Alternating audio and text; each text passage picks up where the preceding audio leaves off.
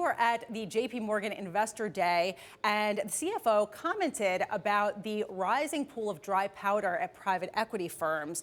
What was their main point there? So on one hand, you have their investment bankers that love this dry powder pool because it means that theoretically private equity firms have a lot to put to work on deals. But it doesn't mean always that they're using them. I've talked to other investment bankers who call this dry powder issue a myth.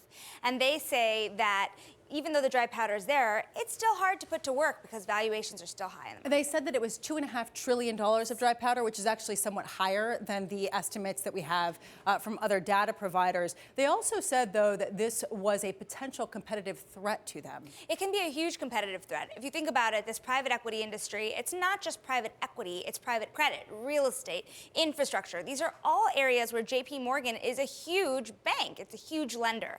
And so you have JPMorgan in some ways competing with these other firms in those markets. All right. They talked about private credit. And art also has been one asset class that people have had in focus recent. Katya, there's been a direct impact from the coronavirus on the Asian art market. Katya, can you give us a sense of how much it's been disrupted?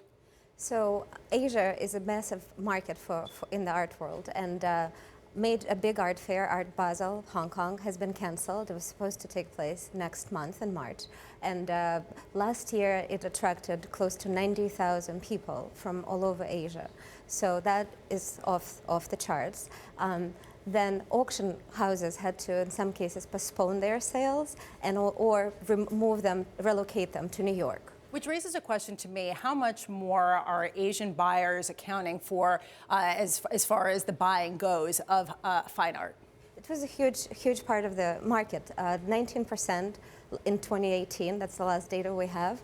So it's about $13 billion worth of sales. And some of the major artworks that went to Asia, for example, the Modigliani that sold for $170 million several years ago, that went to China.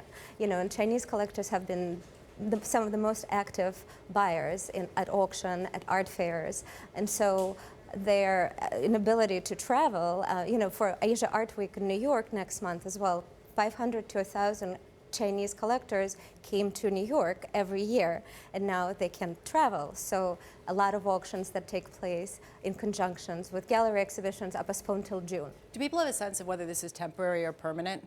Well, we'll hope it's temporary, right?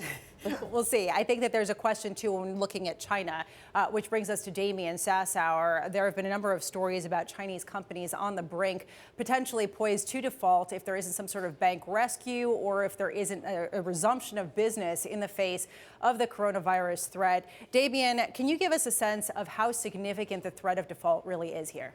Well, Lisa, I don't think we're talking about a mass bailout per se, but certainly the questionable loan ratio within China's banking system is going to rise, and that can take a long time to work out once it does.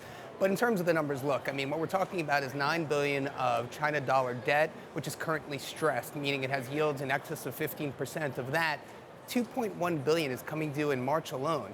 Now, shifting to the local currency China debt, we have $40 billion of stressed, of which something on the order of $15 billion is maturing in the March-April period. So this maturity wall is building. It's right in front of us.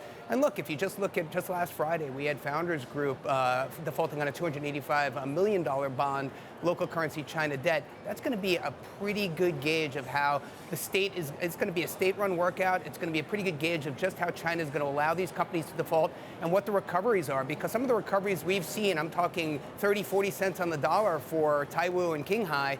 I mean, it's going to be interesting from a creditor perspective for sure, Lisa.